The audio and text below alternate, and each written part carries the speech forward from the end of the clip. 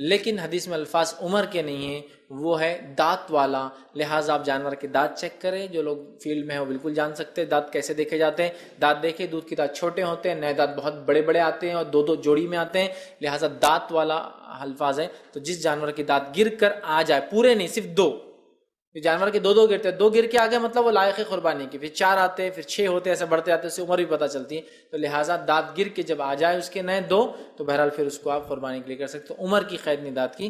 اور جو ہے تمام قربانی کے تعلق سے تفصیلات یا بہت سارے مسائل ہوتے ہیں لوگوں کے جاننے کے لیے. میرا ایک لیکچر ہے قربانی کے مسائل، تو انشاءاللہ عزیز آپ اس کو ضرور سنیں. اس میں بہت سارے مسائل میں نے قربانی کے تعلق سے لیے ہیں، اور انشاءاللہ امید ہے کہ آنے والے ہفتوں میں ہم کچھ لیکچر بقرعید سے پہلے لے لیں گے، 1 آدھ مہینہ، تاکہ بہت ساری باتیں قربانی کے تعلق سے لوگ پوچھتے ہیں اس کو ہم اس میں کور کریں گے انشاءاللہ.